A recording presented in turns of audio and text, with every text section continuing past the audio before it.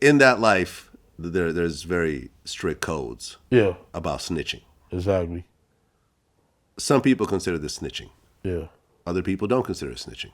yeah, For example, when I brought this story up to Big U, yeah, and I brought up, in the recording, you had mentioned that Orlando did the shooting, and when I mentioned that Orlando was dead, Big U was like, "Oh, well, whatever then."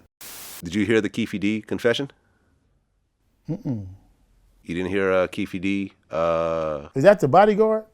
No, Keefe D was Orlando Anderson's uncle. Would he confess to killing Tupac? Well, he confessed that Orlando killed Tupac. Oh. You want to hear it? No. Okay. No, I don't want to hear no confession. He was given a deal, and this was... Keefe D was? Yeah, Keefe D. Oh, so he snitched. No, I don't want to hear shit. Yeah. So the deal essentially was they had caught him with a bunch of PCP, and they allowed him to say what he knew about Tupac's murder in exchange for them dropping all those charges. And the way the deal was set up, whatever he said, as long as it wasn't proven to be false, it couldn't be used against him directly to indict him. And at the time, essentially everyone outside of him was dead. That was in that car. Oh. Orlando was already dead at the time. Oh. Everyone else in the car. car. So he told him a dead man. Essentially. Oh, different. All right. Yeah, Orlando had yeah, already you can let me hear it then. Okay. Yeah, he told him a dead man. What, you gonna go dig him up and put him on trial? Yeah. You saw that interview, right? Yes, I've seen it. But when it comes to this type of thing, it's not like it's written in stone. Everyone has their own interpretation of it. Yeah. So some people do consider it snitching. Exactly. For the people that consider it snitching, what's your response to that? They can eat a dig up.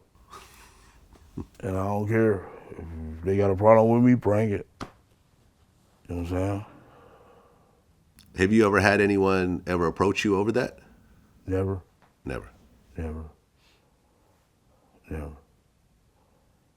Do you feel? I felt fucked up for a long ass time because that wasn't me. And I ultimately I saved myself. I ain't gonna say everybody else. I saved my fucking self. And they offered me a deal I couldn't refuse. They was gonna put my family on the street, take my house, my freedom. They was gonna rape me. You know what I'm saying? They was gonna rape me for my freedom, for everything I fucking own, dude. All they did was gave me a big threatening letter. Like, motherfucker, play with me if you want to. You can be our friend, or we can be your worst nightmare. You know what I'm saying? And they showed me, I wouldn't have told them shit, but they showed me all the evidence, dude. They had my ass by the balls. And they don't come unless they got you. Right. And the way Greg Kading explained it to me was that, so he went and met with you at the U.S. Attorney's Office. And was there a deal that you offered him at that point? It's not a deal, it's an agreement. It's known as a proffer agreement. And he's given the opportunity through a agreement between his attorney and the United States attorney to evaluate whether or not it's in his best interest to cooperate.